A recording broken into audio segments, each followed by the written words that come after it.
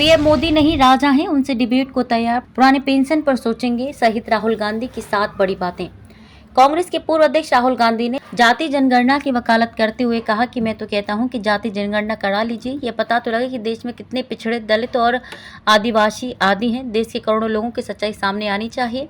PM देश को super power बनाने की बात करते हैं, बिना 90% लोगों के क्या 10% आबादी से सुपर पावर बनाएंगे। राहुल बोले, पीएम कहते हैं कि संविधान को खत्म नहीं करेंगे। सीबीआई ईडी का राजनीतिक प्रयोग करना, लोकतंत्र पर आक्रमण करना, सभी संस्थाओं में आरएसएस के लोगों को रखना, नोटबंदी कर करोड़ों की जिंदगी बर्बाद करना, सेना में अग्निवीर योजना लागू करना, यही संविधान पर हमला और उसको खत्म करना है। लखनऊ के इंदिरा गांधी प्रतिष्ठान में शुक्रवार को समृद्ध भारत फाउंडेशन की ओर से आयोजित कार्यक्रम में राहुल ने कहा कि राजनीति में 2 तरह के लोग होते हैं। एक जो सुबह से शाम तक सत्ता के लिए दौड़ते हैं, सच्चाई नहीं स्वीकार करते हैं, बस किसी भी तरह सत्ता में आ जाएं इसी में लगे रहते हैं।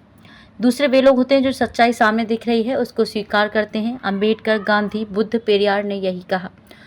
हिंदुस्तान के लोगों को छोटे छोटे खांचे में बांटा। राहुल गांधी ने कहा कि पैदा होने से पहले आपका भविष्य तय हो जाता था, आपकी योग्यता, क्षमता, काम को नहीं देखा जाता था। हिंदुस्तान के लोगों को छोटे छोटे खांचे में बांट दिया जाता था। आप छुओगे नहीं, आप जमीन नहीं खरीद सकते। करोड़ों अरबों लोगों ने ऐसी अपनी जिंदगी जी है क्योंकि लोगों ने सच्चाई नहीं स्वीकार की।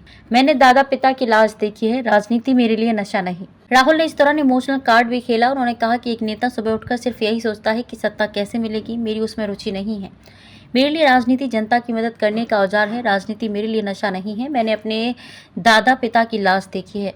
कोई नेता सुबह उठकर सूट बूट पहनकर वीडियो बनाता है। मैं स्पष्ट हूं कि मुझे 90% लोगों को भागीदारी दिलानी है। उन्होंने खुद को ईडी द्वारा पूछताछ के लिए बुलाए जाने पर कहा कि मैं वहां गया था ताकि यह देख सकूं कि लोकतंत्र की हत्या कौन कर रहा है।